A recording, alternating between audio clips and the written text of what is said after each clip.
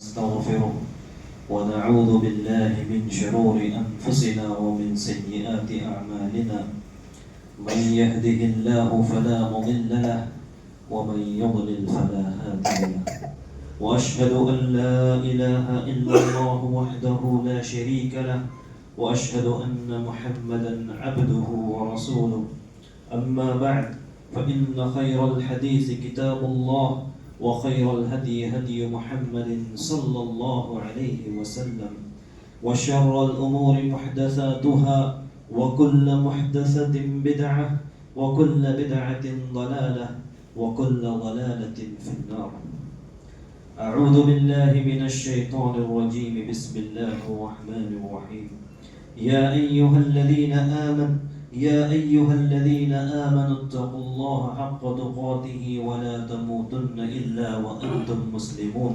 يا أيها الناس اتقوا ربكم الذي خلقكم من نفس واحدة وخلق منها زوجها وبث منهما رجالا كثيرا ونساء واتقوا الله الذي تساءلون به والأرحام إن الله كان عليكم رقيبا.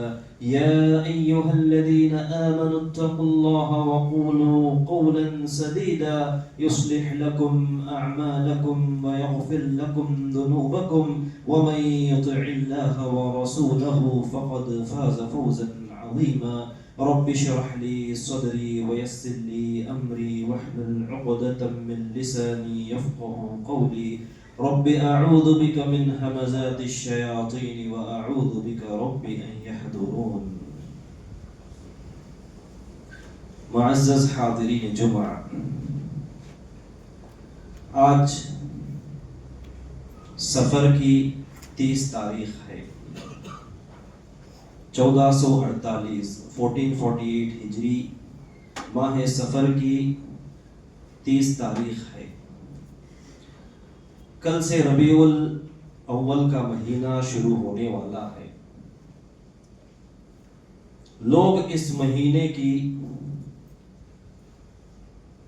بڑی دھوم دھام تیاری کرتے ہیں، جشن اور چراغاں کی تیاری کرتے ہیں۔ تو آج کے اس خطبے میں نبی علیہ الصلوۃ والسلام کا جو آخری ربیع الاول تھا اس کے تعلق سے چند باتیں عرض کی جائیں گی، اور ساتھ میں ہمارا کیا عمل ہے اس کے تعلق سے بھی بتایا جائے گا۔ نبی صلی اللہ علیہ وسلم کی وفات سے 1 سال پہلے ہی چند ایسی علامتیں اور نشانیاں نمودار ہوئیں جو اس بات کی طرف اشارہ کر رہی تھی کہ نبی صلی اللہ علیہ وسلم عنقریب اس دنیا سے رخصت ہونے والے ہیں۔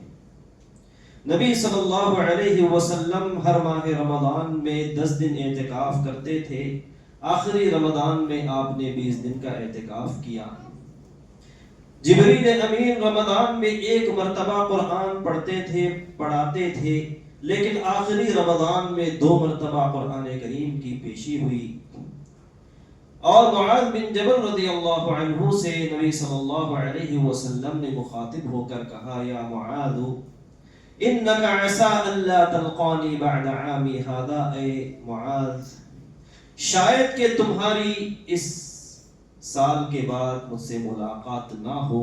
اور حجۃ الوداع کے موقع پر نبی صلی اللہ علیہ وسلم نے خطبے میں کھلے انداز میں فرما دیا، لعلی لا القاکم بعد عامی ھذا، شاید کہ میری تمہارے سے ملاقات نہیں ہوگی اس سال کے بعد۔ تو نبی صلی اللہ علیہ وسلم حجۃ الوداع کرتے ہیں 10 ہجری میں، مدینہ لوٹتے ہیں، پھر اس کے بعد 11 ہجری محرم کا مہینہ داخل ہوتا ہے، پھر سفر کا مہینہ شروع ہوتا ہے، اور سفر کے اختتام میں نبی صلی اللہ علیہ وسلم بیمار ہو جاتے ہیں۔ عائشہ رضی اللہ عنہا فرماتی ہے کہ نبی صلی اللہ علیہ وسلم بقیع الغرقد میں جنازے میں شریک ہوئے، پھر لوٹے تو بیمار ہو گئے۔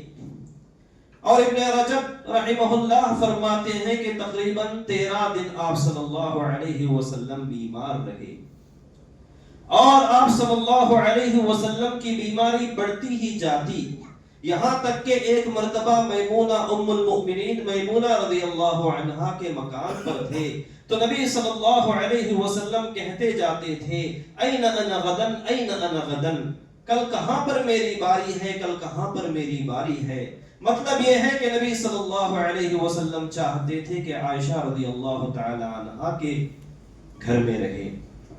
پھر ساری ازواج مطہرات نے آپ کو اجازت دی تو عائشہ رضی اللہ عنہا ہی کے مکان پر تھے، یہاں تک کہ نبی صلی اللہ علیہ وسلم اس دنیا سے رخصت ہو گئی۔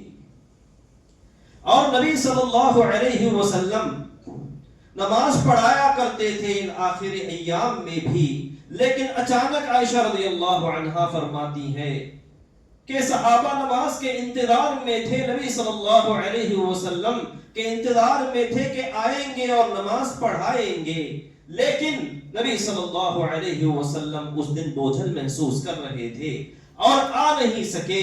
پوچھا نبی صلی اللہ علیہ وسلم نے کیا لوگوں نے نماز پڑھ لی ہے؟ تو صحابہ عائشہ رضی اللہ تعالی عنہا نے کہا کہ نہیں، وہ آپ کا انتظار کر رہے ہیں۔ تو آپ صلی اللہ علیہ وسلم نے کہا کہ میرے لیے پانی رکھو۔ پانی رکھا گیا، آپ نے غسل فرمایا، پھر اٹھنے گئے، پھر بے ہوش ہو گئے۔ 3 مرتبہ آپ صلی اللہ علیہ وسلم نے غسل کیا، 3 مرتبہ بے ہوش ہو گئے۔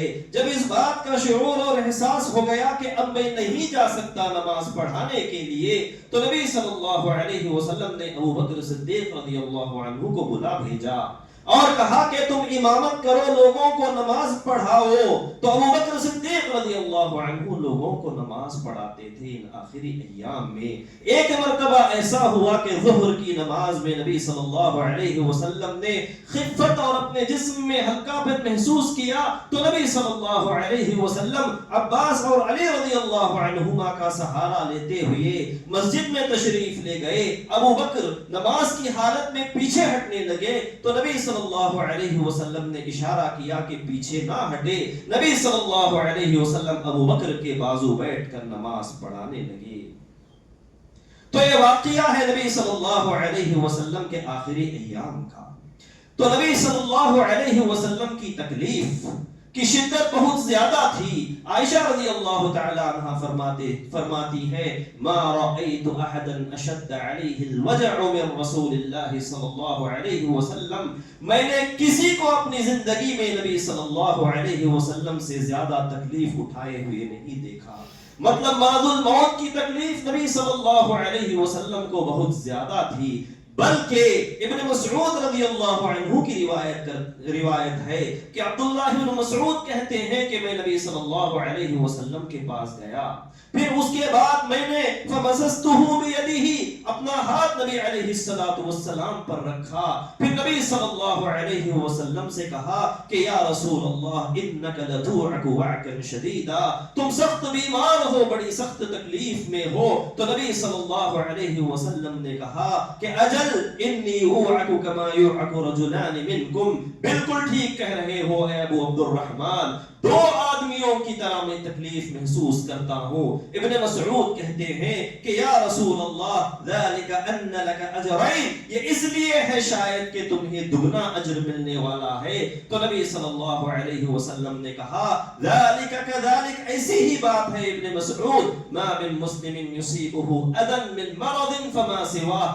جب بھی مسلم کو کوئی مصیبت اور پریشانی ہوتی ہے، کوئی تکلیف ہوتی ہے، الا حط اللہ بہ سیئاتہ کما تحط الشجرۃ ورقها، تو اللہ تبارک و تعالی اس تکلیف کی وجہ سے اس کے گناہوں کو اسی طرح جھاڑ دیتا ہے جس طریقے سے درخت اپنے پتوں کو گرا دیتا ہے۔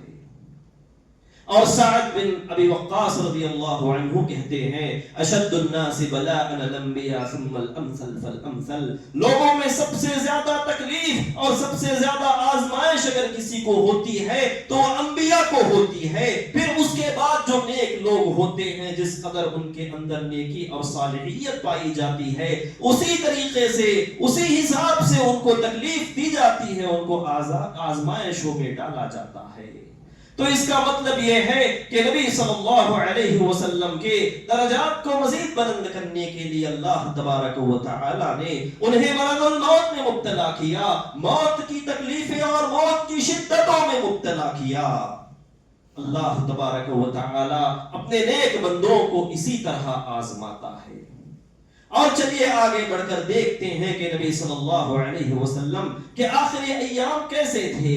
عائشہ اور ابن عباس رضی اللہ تعالی عنہما فرماتے ہیں لما نزل برسول اللہ صلی اللہ علیہ وسلم طفق یطرح خمیصۃ له علی وجهه، جب نبی صلی اللہ علیہ وسلم کی موت کا وقت قریب آیا اور نبی صلی اللہ علیہ وسلم سخت تکلیف میں مبتلا ہوئے تو نبی صلی اللہ علیہ وسلم اپنی چادر کو اپنے چہرے پر ڈالتے، فَإِذَا ثُمَّ كَشَفَهَا عَنْ وَجْهِهِ وَهُوَ كَذَلِكَ يَقُولُ، اور جب آپ صلی اللہ علیہ وسلم کی سانس گھٹ جاتی اس چادر کی وجہ سے، اپنے چہرے سے اس چادر کو ہٹا لیتے اور اسی حالت میں کہتے جاتے لعنت اللہ علی الیہود والنصارى اتخذوا قبور انبیائہم مساجد، لعنت ہو یہود و نصارہ پر جنہوں نے اپنے انبیاء کی قبروں کو سجدہ گاہ اور عبادت گاہ بنایا۔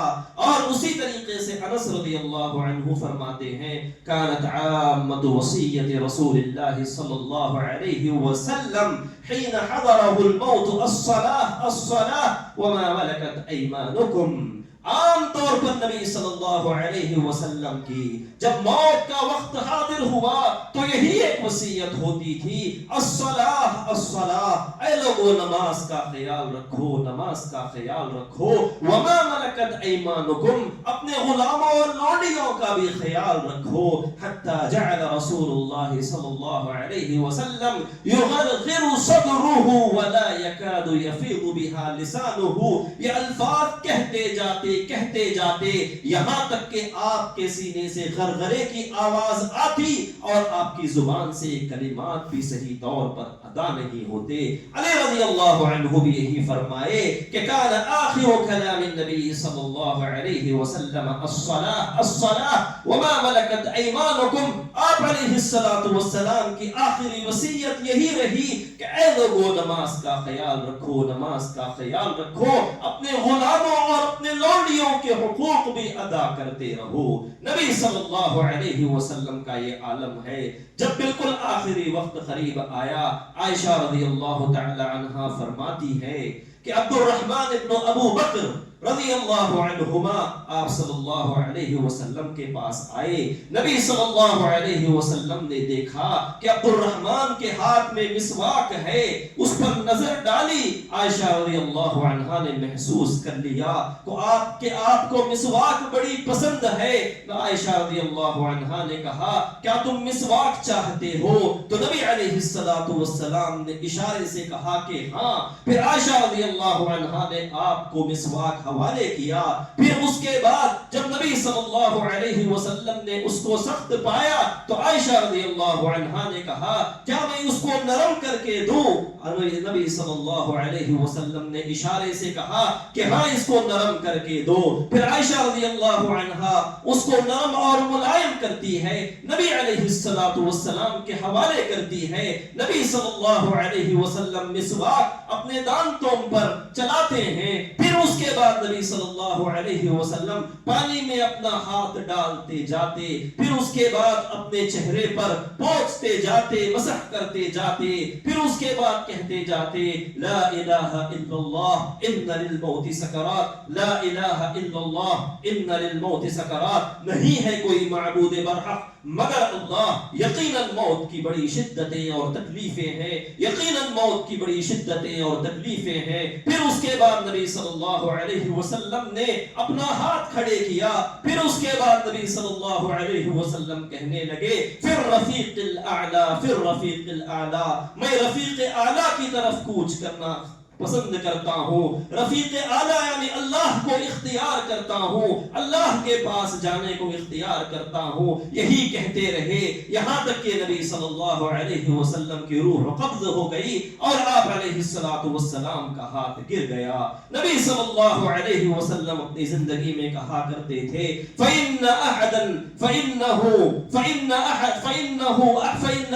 مِّنْ أُمَّتِي لَن يُصِيبَهُ مُصِيبَةٌ أَعْظَمَ مِن مصیبتی، میرے دینی بھائیوں اور محترم سامعین، ہم اچھی طرح جانتے ہیں صحابہ کی زندگی میں اگر سب سے بڑی مصیبت اگر کوئی آئی ہے تو وہ آپ علیہ السلام کی موت ہے، کیونکہ اس موت سے آسمان کا دنیا سے جو تعلق ہے، وحی کا سلسلہ ہے، منقطع ہو چکا ہے، ختم ہو چکا ہے، وحی ختم ہو چکی ہے۔ اسی لیے جس دن نبی علیہ السلام کی وفات ہوئی، سارے مدینے میں تاریکی چھا گئی، ہر طرف اندھیرا چھا گیا، لوگ غم میں ڈوب گئے، پریشان حال ہو گئے، ایسی مصیبت ان پر کبھی نہیں آئی تھی۔ اسی لیے نبی صلی اللہ علیہ وسلم نے فرمایا کہ کائنات میں قیامت تک آنے والا جو بھی مسلمان ہوگا، اس کی زندگی میں سب سے بڑی مصیبت اگر ہوگی تو نبی علیہ السلام کے فوت ہو جانے کی،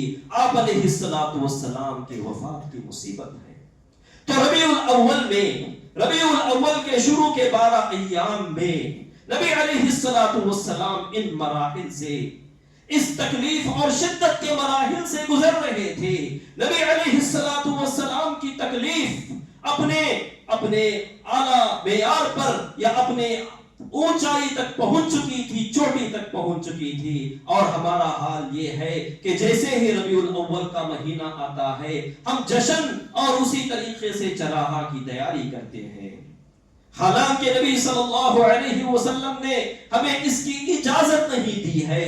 صحابہ کا یہ حال تھا کہ جیسے ہی نبی صلی اللہ علیہ وسلم کی وفات کی خبر انہوں نے سنی تو یقین نہیں ہوا، ہوش کھو گئے۔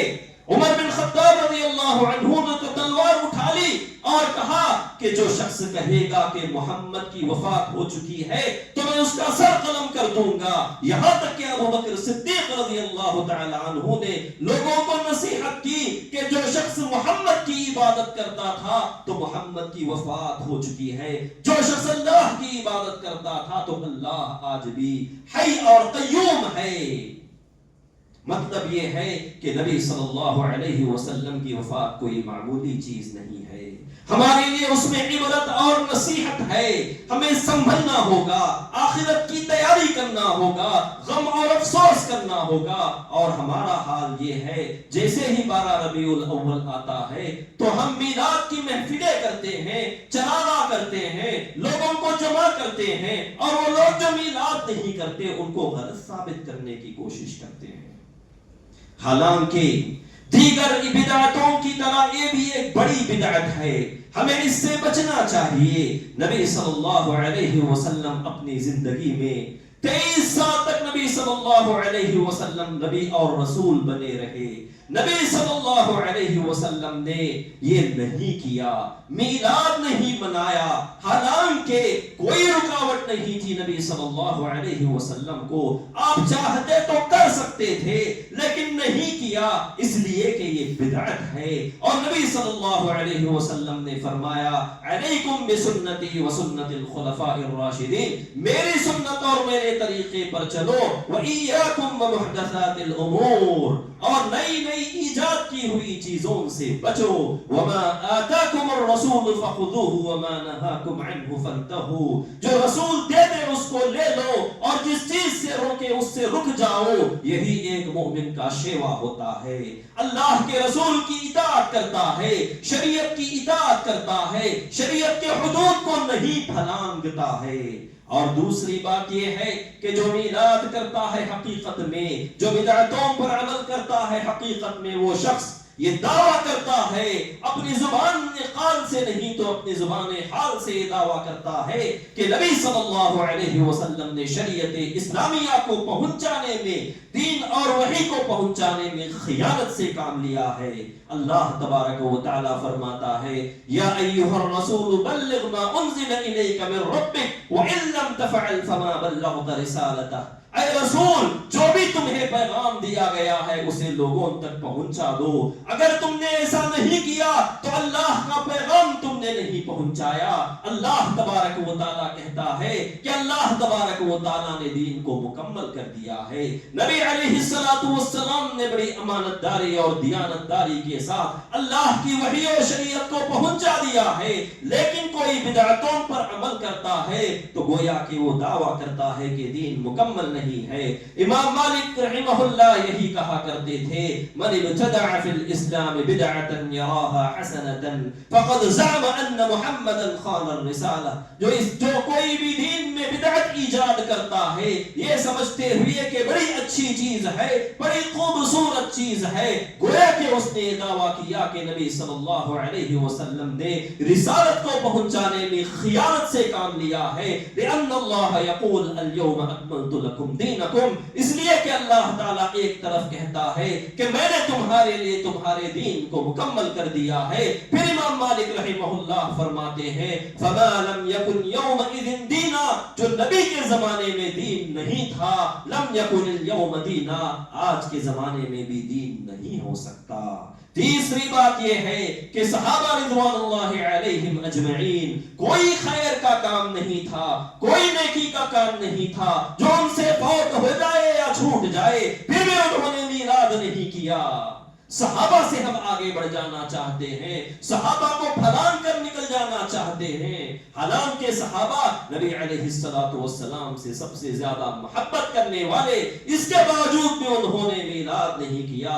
حذیفہ بن یمان رضی اللہ تعالی عنہ فرماتے ہیں کہ کل عبادت لم یتعبدها اصحاب رسول اللہ فلا تتعبدوها, جس عبادت کو بھی نبی علیہ الصلوۃ والسلام کے صحابہ نے نہیں اپنایا ہے اس کو تم عبادت نہ سمجھو. فإن الأول لم يدع للآخر شيئا, اس لیے کہ پہلے کے لوگوں نے بعد والوں کے لیے کچھ بھی نہیں چھوڑا ہے.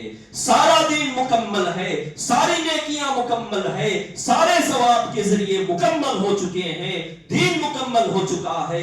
بعد والے صحابہ سے بھی آگے بڑھ جانا چاہتے ہیں. خیر القرون قرنی ثم الذين يلونهم ثم الذين يلونهم, نبی صلی اللہ علیہ وسلم نے فرمایا سب سے بہترین لوگ میرے صحابہ ہیں, اس کے بعد تابعین ہے, اس کے بعد تابعین ہے. اور اللہ تبارک و تعالی نے فرمایا ومن يشاقق الرسول من بعد ما تبين له الهدى ويتبع غير سبيل المؤمنين نوله ما تولى ونصله جهنم وساءت مصيرا, جو رسول کے راستے سے کٹ جاتا ہے اور صحابہ کے راستے سے کٹ جاتا ہے تو اللہ تبارک و تعالی اس کو جہنم رسید کر دیتا ہے.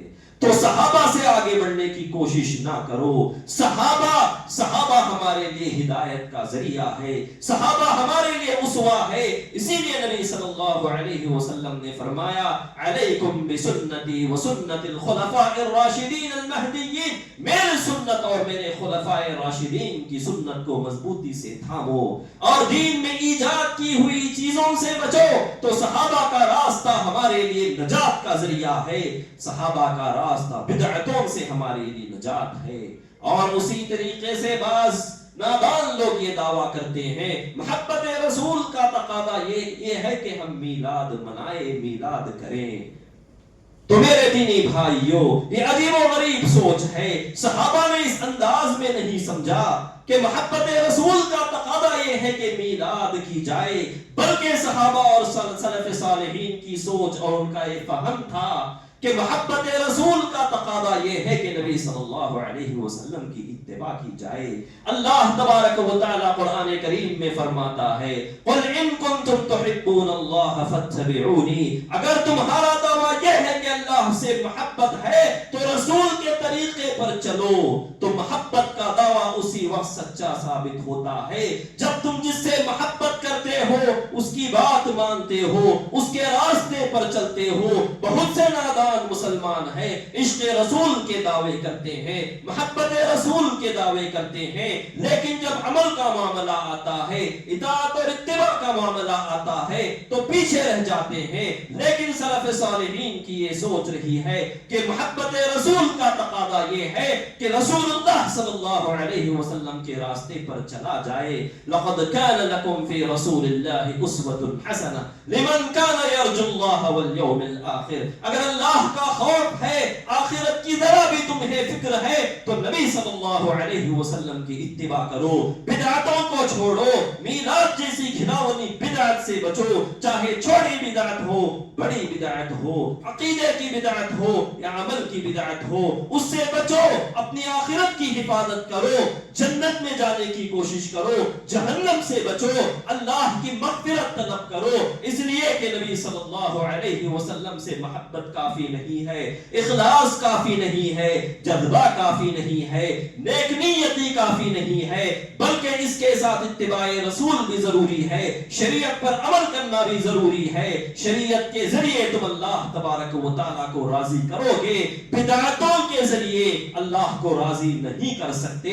فمن كان يرجو لقاء ربه فليعمل عملا صالحا ولا يشرك بعبادة ربه احدا۔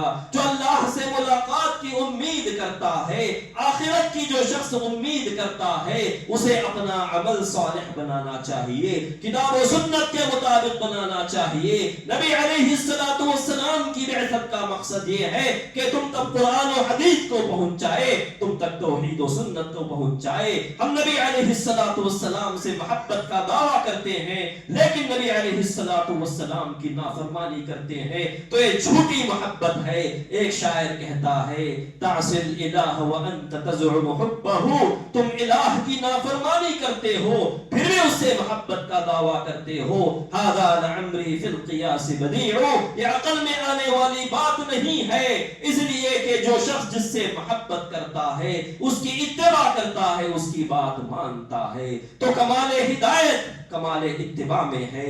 ہدایت یافتہ وہی شخص ہوتا ہے جو اتباع رسول کو اپناتا ہے، شریعت کی پیروی کرتا ہے اور نئی نئی چیزوں پر عمل نہیں کرتا۔